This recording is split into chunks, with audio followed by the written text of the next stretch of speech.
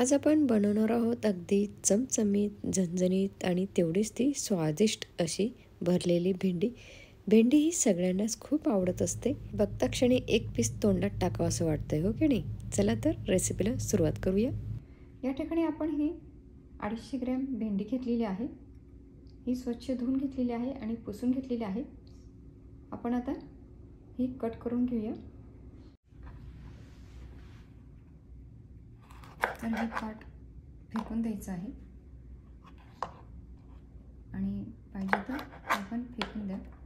आणि आपण आता मधून असं कट करून घेणार आहोत. अशा पद्धतीने आपण कट करायचं आहे आणि याच्यामध्ये असा कट मारायचा आहे.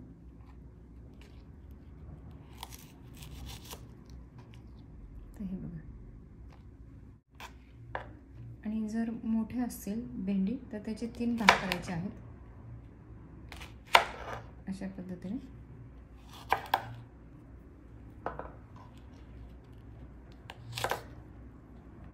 तर आपण आता या ठिकाणी सगळ्या भेंडींना कट मारून घेतलेला आहे. तर अशा पद्धतीने हे बघा दिसलं. या ठिकाणी भाजलेल्या शेंगदाण्याचं 1 कपभर कूट घेतलेला आहे. तुमच्याकडे मेजरमेंट कप नसल्यास तुम्ही वाटीच्या साहाय्याने मोजून घेऊ शकता. आपण आता सारण बनवून घेऊया भेंडीच्या आतमध्ये भरण्यासाठी, स्टफिंगसाठी. तर यात आपण लाल तिखट घालूया 1 चमचा. तर हे लाल तिखट जे आहे ते खूप तिखट आहे म्हणून 1 चमचा घातलेला आहे आणि तुमच्या आवडीनुसार तुम्ही घाला. जर तुमचं लवंगी मिरचीचं तिखट असेल तर 1 चमचा घाला आणि बेडगी मिरची किंवा काश्मीरी चिली असेल तर तुम्ही 3 चमचे घातली तरी चालते, कारण ती तिखट कमी असते. 1 चमचा काळा मसाला घालणार आहोत. महाराष्ट्रामध्ये बहुतेक घरामध्ये हा काळा मसाला वापरला जातो. जर तुमच्याकडे काळा मसाला नसेल तर तुम्ही गरम मसाला घाला. यात आपण 1 चमचा मीठ घालणार आहोत आणि यात आपण थोडंसं तेल घालणार आहोत 1 चमचाभर. आणि आपण आता हे मिक्स करून घेणार आहोत.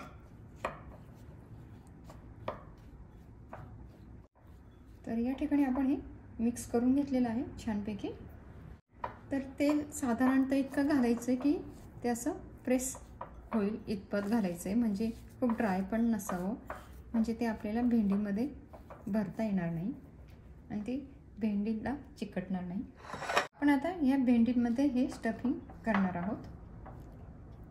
तर आता हे बघा या ठिकाणी हे आहे ना, तर याच्या आतमध्ये हे असं प्रेस करून घालायचं आहे.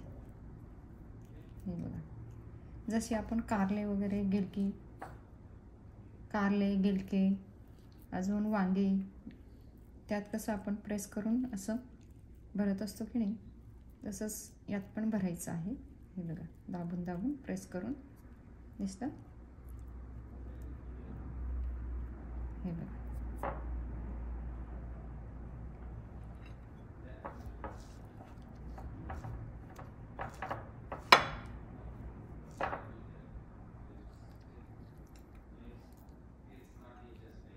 आणि त्यानंतर असं दाबून झालं की हे असं प्रेस करून टाकायचं आहे छान.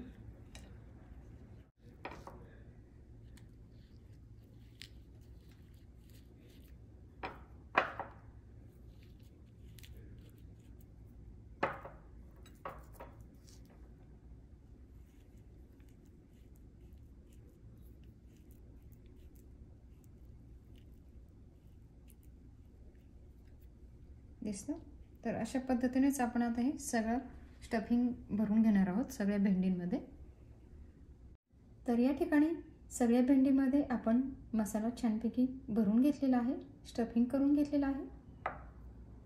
या ठिकाणी हा पॅन छानपैकी तापलेला आहे.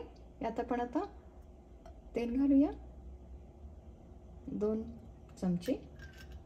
तेल छानपैकी तापलेलं आहे. यात आपण 1 चमचा जिरे घालूया, 1 चमचा मोहरी घालूया, 1 चमचा बडीशेप घालूया. याने भाजीला खूप छान टेस्ट येते. यात आपण भाजलेलं तिळीचं कूट घालूया एक मोठा चमचाभर, 1 चमचा जिरा पावडर, 1 चमचा धना पावडर आणि हे आपण आता छानपैकी मिक्स करून घेऊया.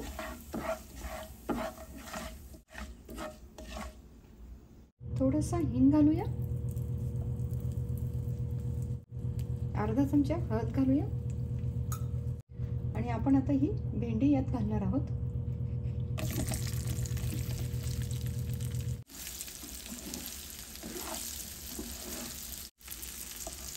जो आपण स्टफिंगचा भाग आहे तो वरच्या साईडला करायचा आहे आणि यात आपण मीठ वगैरे सगळं भरलेलं आहे मसाल्यामध्ये, म्हणून आपण यात घातलेलं नाही आहे.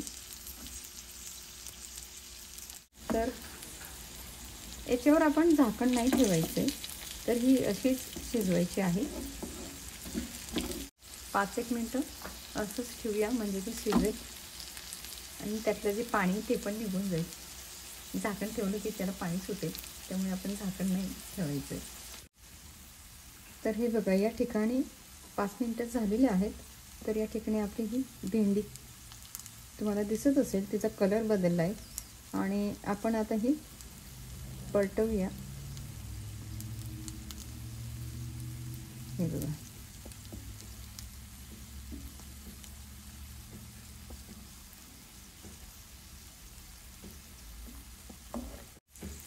तुमच्याकडे जर फोर्क नसेल, काटा चमचा नसेल, तर तुम्ही चमच्याच्या साहाय्याने पलटवू शकता. अगदी खरपूस अशी ही आपली भेंडी झालेली आहे. एका साईडने पाहिजे तुम्ही.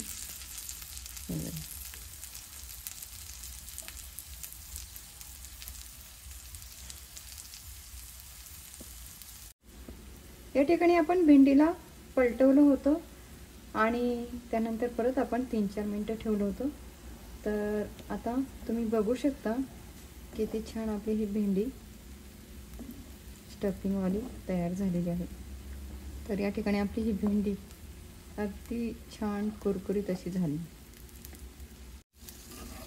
हे बघा,